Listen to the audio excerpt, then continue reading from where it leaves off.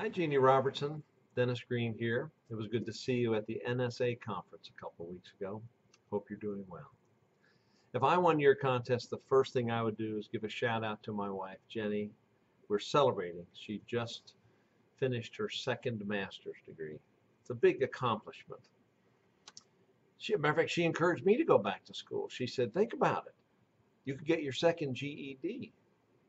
Now, my mother's quick to point out that education is no replacement for common sense and good judgment. She said, after all, look at the facts. She married you. I remember when I met Jenny. In good old days, you would meet someone suitable for dating at a charity event or at a church or at a bar, or if you're Catholic, in my case, you could go to a charity event at a church that had a bar, kill two birds with one donation. Well, Jenny was the volunteer that sold the t-shirts and the raffle tickets. So I bought a lot of raffle tickets thinking, well, this is a good excuse. I could call tomorrow to see if I had won. But I didn't have to. 2 weeks earlier, her boss had called me setting up at a meeting to ask for help with fundraising at the church. He said, now things are going well, but they could go better. We just had a cell phone tower installed in the belfry. It's super because nobody knows it's there. We make $1,000 a month.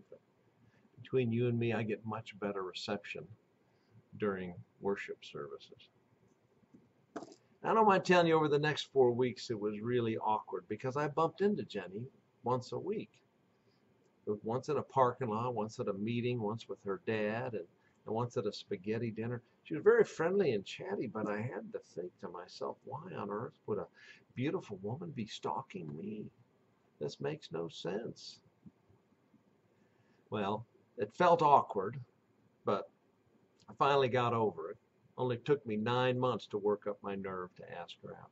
The thing that did it is when the lottery got up to 100 million. I was talking to my sister Sadie, and my sister asked me, well, what would you do if you won that 100 million? I said, well, I would ask out that Jenny Walsh. And if she is as nice a person as I think she is, I'd ask her to marry me and have a bunch of kids.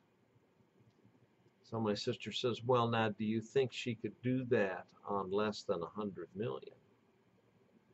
I said, well, she's a first grade teacher at an inner city school, and she drives a junky old car. But I haven't seen her shoe collection, so I don't know. Well, on our first date, we went out to dinner. After I picked her up, I asked, do you mind if we run a quick errand before we go? She said, sure. What are we going to do? I said, well, I have to go by Goodwill to pick up 5 chiffon gowns and 5 wigs. She said, well, why? I said, my friend from 5th grade, Meat Man, just got a job driving a city bus through downtown. It's his second job. So we were going to meet on a corner, on a street corner. 5 of us were going to shuffle on and give him a little bit of a scare. She said, okay. Well, now, what does Meat Man do during the day?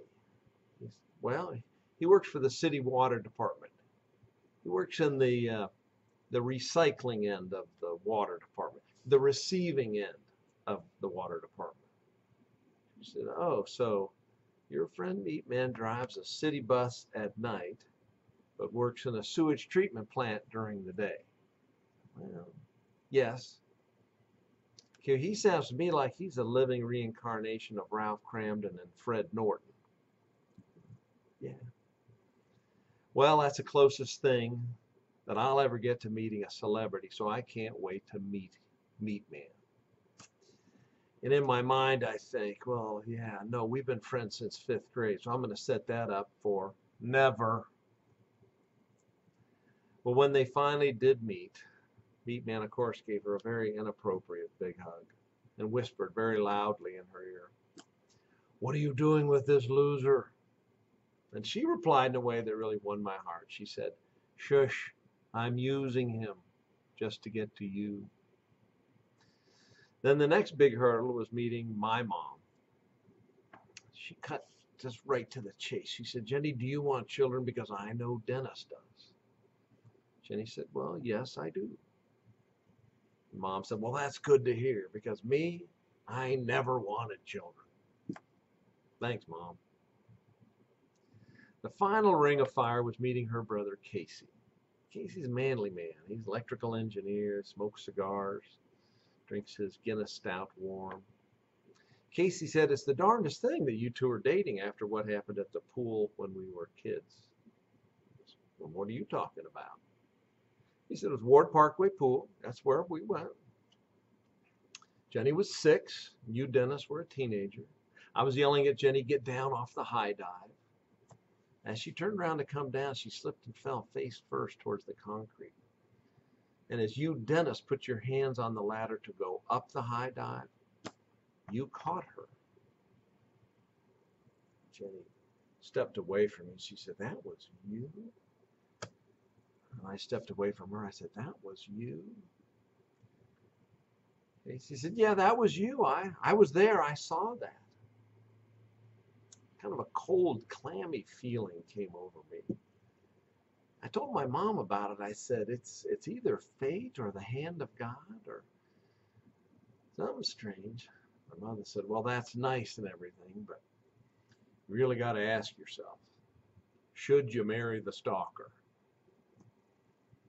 Well, we did get married, and we did have kids, and we bought the house from my parents, so we still live in the house that I grew up in. And my mom and my wife get along. Just the other day, my mother gave my wife a great compliment. She said, "Jenny, you're so mellow. You're so easygoing. Living in a messy house never seems to bother you." And I went back to school, which kind of got me in trouble. I studied innovation. We were at a charity event the other day, and they seated me next to a patent lawyer. So I was very excited to talk about inventions and innovation. Well, the next day, my wife said, "I think you were flirting with that lawyer last night." Oh, no. What happened? She said, "Well, you were explaining your friend Jim's patent that he got on that hinge, and you explained it in tremendous detail. You know, the hinge on the meat packing machine that replaced the hydraulic ram so there could be a heat seal. You explained it in a lot of detail, the hinge, the ram, the heat seal. After about the third or fourth time explaining the details, I noticed that she checked her watch. Then she scanned the room. That's when I said to myself, if this is how my husband flirts, I think our marriage is safe." Thank you, Jeannie. Bye-bye.